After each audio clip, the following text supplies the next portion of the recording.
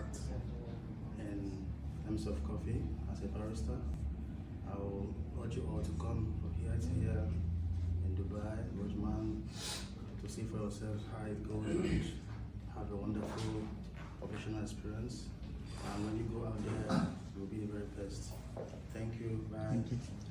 अस्सलाम वालेकुम ज़रूर पाकिस्तानियों और ज़रूरत तरह बरिस्टा क्लास दोबारा और माखबल क्लास हमने कंप्लीट को 4 days की और जो सेटिस्फाइड हम प्लीज़ तासु उम्र शे और अप्लाइड स्किल्स के तासु अप्लाई ओके डेर खज़ेदे और डेर ख टीचिंग की ज़िंदगी इंशाल्लाह तासु बड़े फ़ायदे और माख के बताओ तासु इजीली जॉब मिलावी की पदी ट्रेनिंग वाली thank you.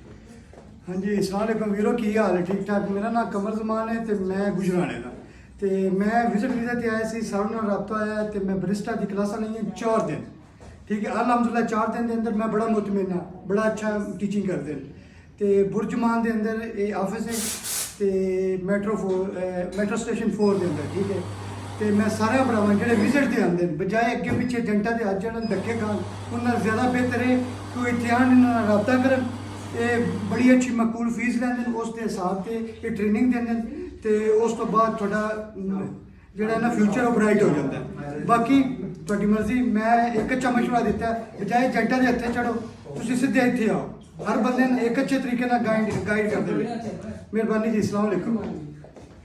Hello, afternoon. My name is Wisdom from Ghana.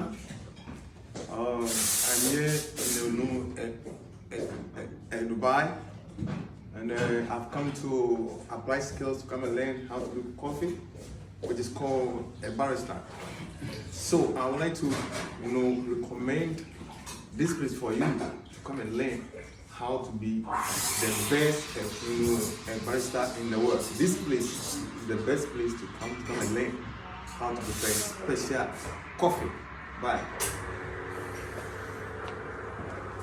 Hello दोस्तों मेरा नाम हरप्रीत सिंह है मैं इंडिया तो जी मैं इतने कोर्स ज्वाइन किया विजिट वीजे ते हाँ इतने बरिस्टा कॉफी का कोर्स ज्वाइन किया बहुत अच्छा क्लास लाते हैं 4 दिन की क्लासा होंगे ने जॉब का भी अपना सिस्टम बनता है तो जोड़े भी भरा विजिट से आते हैं वो कोर्स जरूर ज्वाइन करना बहुत बेनीफिट आते हैं चीज़ का प्लीज़ थैंक यू।